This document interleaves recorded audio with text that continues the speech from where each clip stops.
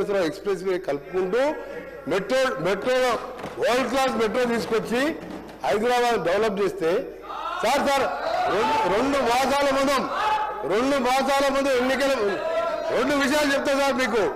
మన తెలంగాణ సభ్య సమాజం తలదించుకునే విధంగా ఔటర్ రింగ్ రోడ్డుని కమిషన్ కక్కుర్తుబడి 7,300 కోట్లకు రోడ్డు రంపిన ఘన చరిత్ర ఈయన సార్ వీళ్ళది. రెండవది సార్ ఎక్సైజ్ ఎప్పటి వరకు సార్ ఎక్సైజ్ షాప్స్ రెస్టారెంట్ ఇది ఇంకా 3 నెలల సమయం ఉంటే 3 నెలల ముందే అప్లికేషన్ తీసుకొని నిరుద్యోగుల దగ్గర 2,000 కోట్ల రూపాయల నాన్ రిఫండబుల్ పేరు మీద వసూలు చేసి షాపులు కేటాయించుకొని ఎన్నికల ముందు చేసిన కథలు.